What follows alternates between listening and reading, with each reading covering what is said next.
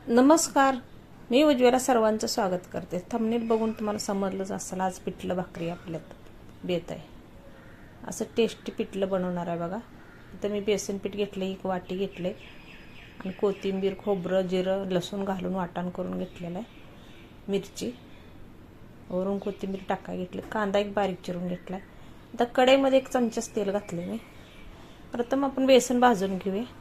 बेसन चांगलं खमंग भाजून घ्यायचं, पिठल्याला टेस्ट छान येते बघा, उत्तम चव येते। अजून तुम्ही अशा पद्धतीने एकदा नक्कीच करून बघा, तुम्हाला पण आवडेल।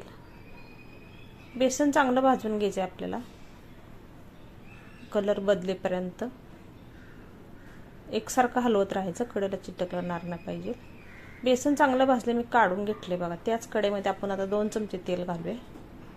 मिरचीचं तर मी वाटण करून पहिलेच घेतलेलं आहे। आता उन्हाळ्या दिवसात भाजीला काय नसतं तर तुम्ही बेसनच बेत पिठल्याचा करू शकता संध्याकाळच्याला। 1 चमचा जिरे टाकले, 1 चमचा मोहरी टाकले, 5-7 कढीपत्त्याची पानं घातले, ती लसूण घातला बारीक चिरून, 1 मोठा कांदा बारीक चिरून घेतलाय, ती घातलाय। फोडणीत लसूण घातल्यावर कढीपत्ता छान पिठल्याला चव येते बघा। हलवून घेऊया आपण, कांद्याचा ब्राऊन कलर येऊ द्यापर्यंत भाजून घेऊया जराशी। आता मिरचीचं वाटण घालूया आपण। कोथिंबीर, खोबरं, जिरं, लसूण वाटून घेतलाय, हिरवी मिरची आपण कांद्यातच घेऊया भाजून, जराशी कच्चा पण निघून जातोय। 1 चमचा हळद घातली थोडीशी म्हणजे, आणि किंचित हिंग घातलाय मी। हिंग म्हणजे आपल्या पोटाला चांगला असतो, पचन चांगलं होते बेसनाचं पिठाचं पिठल्याचं। कोथिंबीर घालूया आपण, मस्त असे आपण फोडणी देणार आहे। आता 1.5 ग्लास आपल्याला पाणी ओतायचं बघा। 1 वाटी आहे तर 1.5 ग्लास पाणी ओतले, म्हणजे वाटीने मी 1.5 वाटी पाणी घातले। चवीपुरतं मीठ घालूया।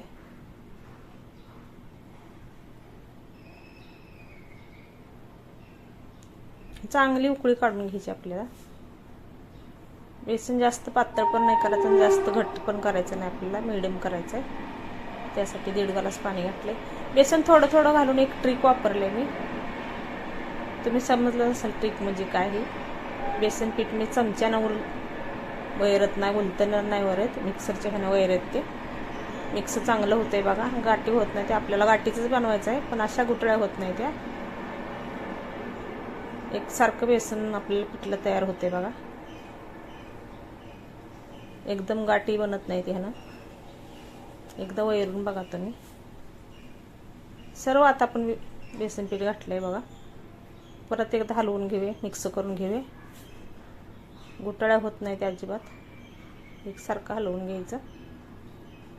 5 मिनिटात तयार होते संध्याकाळच्या जेवणाच्या टायमाला बघा। गरम गरम पिठलं, भाकरी, भात, पिठलं खाऊ शकताय तुम्ही, नक्कीच आवडेल तुम्हाला। खमंग आणि टेस्ट भारी येते बघा गरमागरम। तुम्ही 1 भाकरी खाणार तिथं 2 भाकरी आज खाचाल तुम्ही असे पिठलं बनवलं तर। बघा किती गाठी झाले, त्यात गाठीच पिठलं बनवलंय मी आज।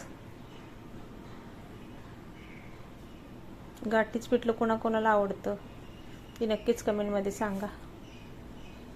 रेसिपी आवड लाईक करा, सबस्क्राईब करा, नातेवाईकांना शेअर करा। झाकून आपण 1 वाफ काढून घेतलेली आहे, परत कढईत हलवून घेऊया आपण तळापासून।